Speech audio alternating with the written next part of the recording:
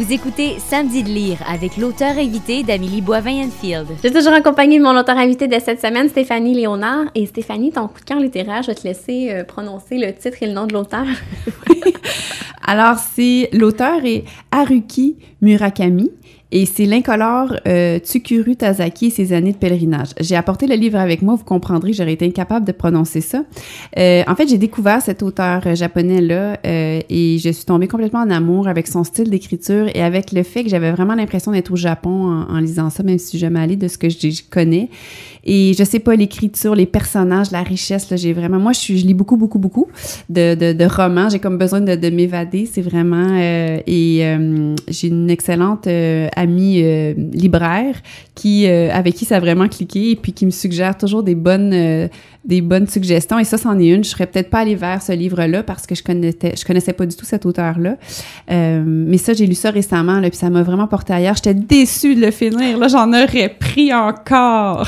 Et ça raconte quoi, ce roman-là? C'est intéressant, en fait. C'est 5 amis qui sont comme inséparables lorsqu'ils sont, disons, l'équivalent du secondaire ici. Donc, c'est une belle amitié. Ça me touchait beaucoup. Je pense que ça, c'est quelque chose que j'ai trouvé intéressant. Et à un moment donné, il y en a un des 5 qui part étudier dans une autre ville. Et tout d'un coup, ses 4 autres amis coupent le contact complètement et on ne sait pas pourquoi. Et ça le plonge dans une espèce de, je ne vais pas dire de dépression, mais d'incompréhension. Et personne lui répond. C'est comme un peu mystérieux, on ne comprend pas.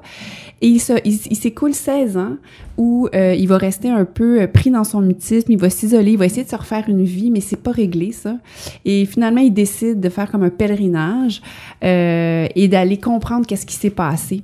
Et ça, j'ai trouvé ça super intéressant. Alors là, on est ramené dans le passé et on finit par comprendre qu'est-ce qui fait que ses amis qui étaient inséparables l'ont rejeté de ce groupe-là. Alors voilà, ça, en gros, c'est l'histoire. J'ai trouvé ça vraiment très, très bon. Et est-ce que cet auteur-là a une plume particulière?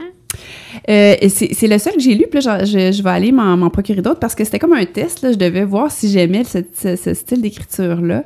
En fait, je dirais que c'est très, très riche par rapport à...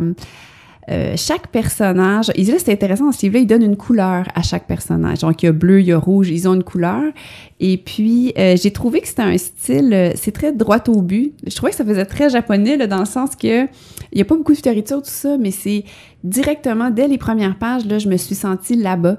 Puis j'ai trouvé ça... donc, je sais pas si... j'ai peut-être pas les bons termes là, pour dire en termes de style littéraire, mais... Non, mais pour les gens qui aiment pas quand il y a trop de descriptions et tout ça, je pense que les gens vont s'y retrouver parce que, comme tu dis, ça va droit au but. Oui, vraiment. Puis, mais en même temps, on dirait que ce qui doit être dit, ce qui doit être écrit est là parce qu'on s'imagine tout de suite, là, on se sent très, très imprégné. Moi, je sentais l'atmosphère au-delà du lieu et des personnages. J'avais l'impression je me sentais en Asie. Je sais pas comment il fait ça, mais c'était... Alors ça, j'ai trouvé ça exceptionnel de vraiment avoir l'impression qu'on me le racontait, mais on m'amenait plus loin aussi par rapport... J'étais comme dans une bulle quand j'ai lu ce livre-là. J'ai trouvé que c'était vraiment, vraiment extraordinaire. Est-ce que tu peux nous rappeler le titre?